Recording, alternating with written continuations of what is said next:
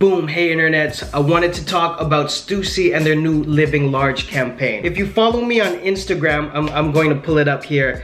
I have one image that I dropped several weeks ago when I was in Palm Springs. Me and my twin brother will roll out to Palm Springs to have work retreats. As many of you know, I am a bit of a workaholic. I love working, and so sometimes I just want to change my pattern and work in another place.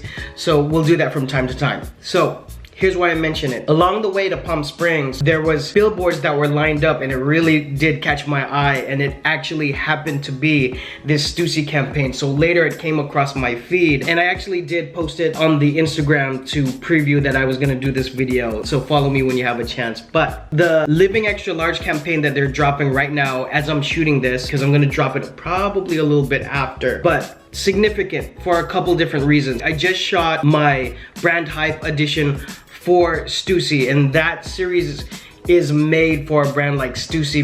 They're a little bit of an outlier. In fact, they're almost like off of the curve. It's hard for me to use them as a case study because they've been doing it for over 40 years, which is insane to think about. For fashion, and then for streetwear, where a brand exists for about 5 years, 6 years. LRG had a really good run. I mean, they're still going, but in terms of them really pumping, I mean, they had much more than 5 years where they were just kind of one of the main companies. But STUSSY is my #1 case study for longevity. If you ask me, I believe they do that by just being really on point with fundamentals in terms of fabrication, offering. They even bring camo in sparingly, but in a way that's very tasteful, and it's always relevant. They always provide a great, almost basics for the foundational things you need to put an outfit together. It's always really clean and really good design. So the campaign that I want to talk about though is significant because a lot of times on this channel we'll talk about marketing.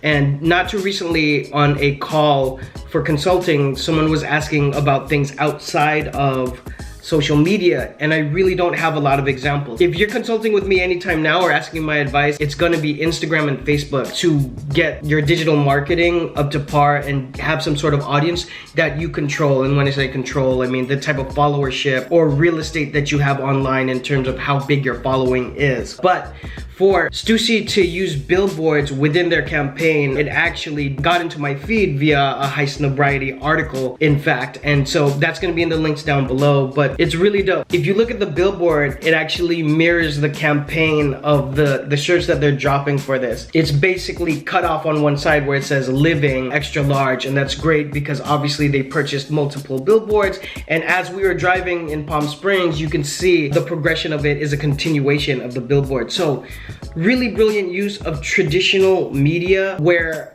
that wouldn't even be in the conversation. I think the prices for traditional media still haven't dropped to where they really are in terms of effectiveness, because the ad spend on Facebook and Instagram and LinkedIn, I'm starting to experiment with LinkedIn, is really good still, and you're gonna get so much more value. So in a way, this is a bit of a throwback to traditional ways of doing it, but because I think they executed it in a good way, I mean, it got coverage in high snobriety, and the campaign got coverage on Hypebeast, which is notable. So the Living Extra Large campaign is a take off of words that they've used in the past.